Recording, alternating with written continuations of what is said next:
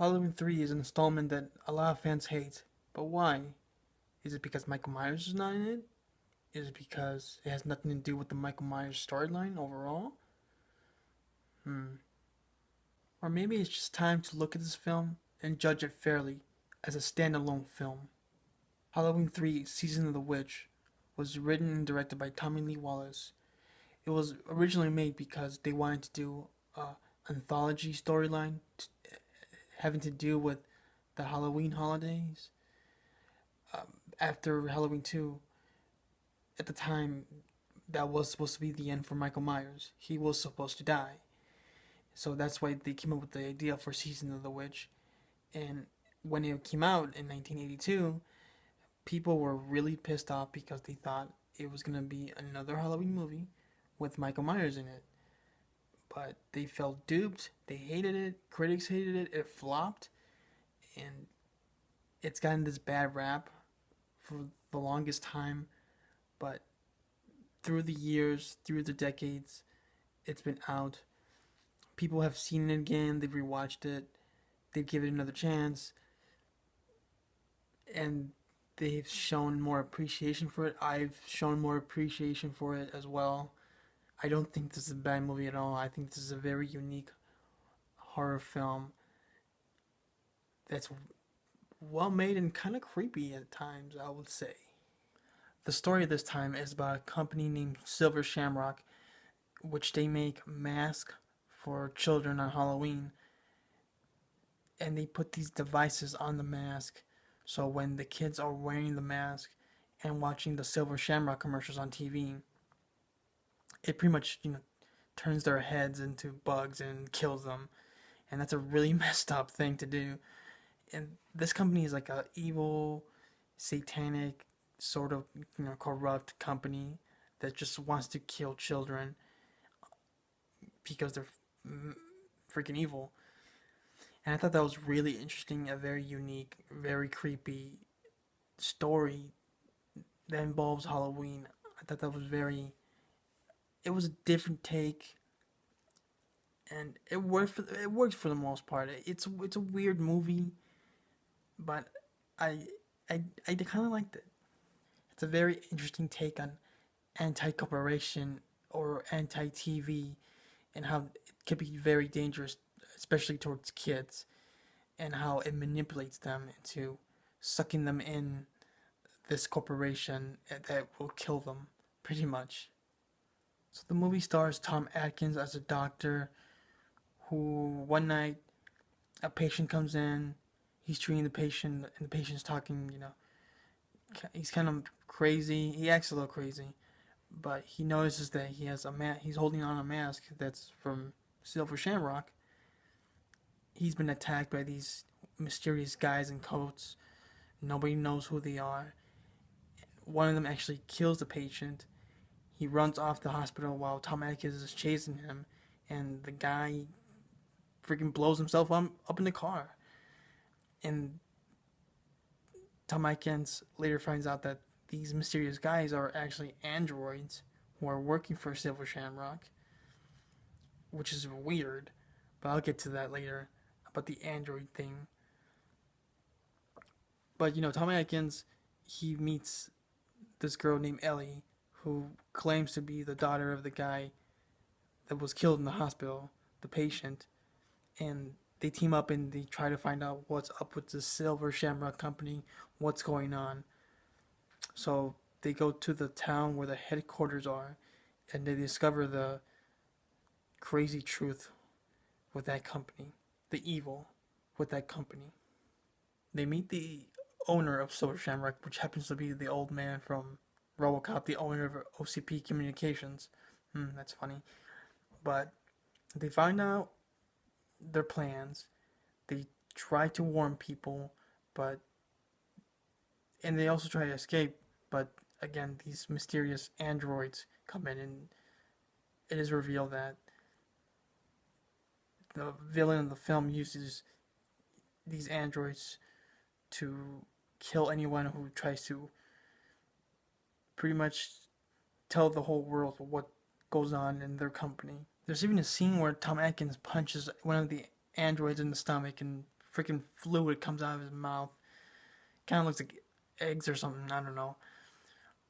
But I like the idea of these androids. They're pretty creepy. They never talk. They just stand there, and either in groups or just one or two, and they just attack. I mean, if you saw a bunch of guys in suits and they didn't talk, they just looked at you, stared at you, and then they just attack you, that would be pretty freaky, wouldn't it? Of course, the bad guy's plan is to show the commercial that it's going to kill the kids on Halloween night while they're all buying their Silver Shamrock masks and watching the commercial on the TV at a certain time all over the world, and it's going to be a freaking genocide of kids, and that's his plan, and it's up to Tom Atkins to stop it, and with the girl, and they're both kidnapped, and they're both being held hostage at the Silver Shamrock headquarters. And of course, Tom Atkins stops them. They escape. They kill all the bad guys. And it's up to them to stop the commercials from actually running. And the twist at the end is the girl Ellie was an android the whole time, which kind of doesn't make sense because if she was, why didn't she stop him? And was she really the daughter of the guy that got killed? So that's just a weird twist that doesn't really hold up throughout the whole film. That part doesn't hold up, but okay, whatever. Of course, you have the final scene where Tom Atkins tries to call those stations that are running the commercials to just take him off the air, and he succeeds with 2 of the channels. The last one, it's kept ambiguous, and you have that ending where the Silver Shamrock song and commercials playing, and he's telling them to stop it, stop it. That's a great way to end the movie. No, but I kind of wish they would have continued on in this Halloween themed anthology. That was the plan, but as you know already, the film didn't do well when it came out. People were pissed, and out of fan obligation, they brought back Michael Myers, and I appreciate that they brought back Michael Myers, but in some ways, I would prefer to see what kind of ideas they would have had for Halloween 4 as another standalone Halloween themed film. But it is what it is.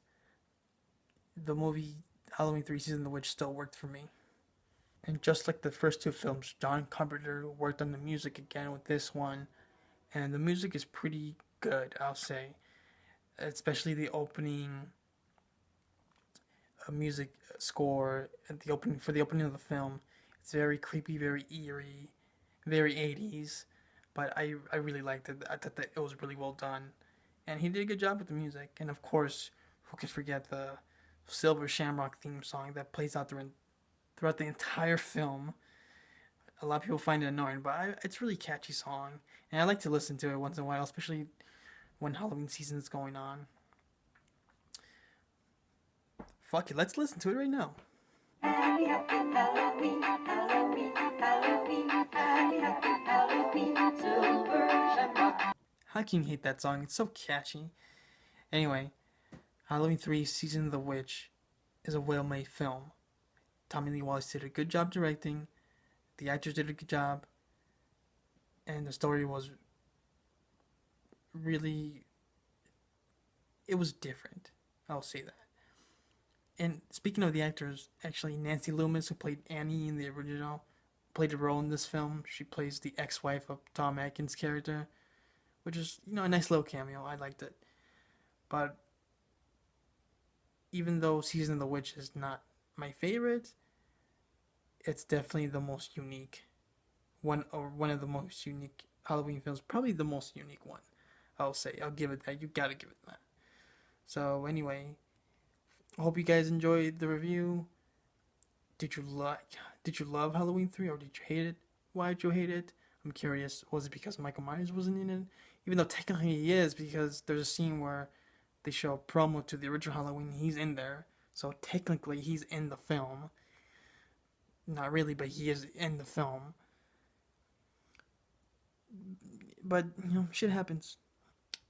You know what? Fuck it. Let's listen to the Silver Shamrock song again. Play it. Thanks for watching. Adios. Okay, you can stop now. Stop the music. You can stop. Stop it. Please. Stop it. Stop it. Stop it. Stop it. Stop it. Stop it. Stop it!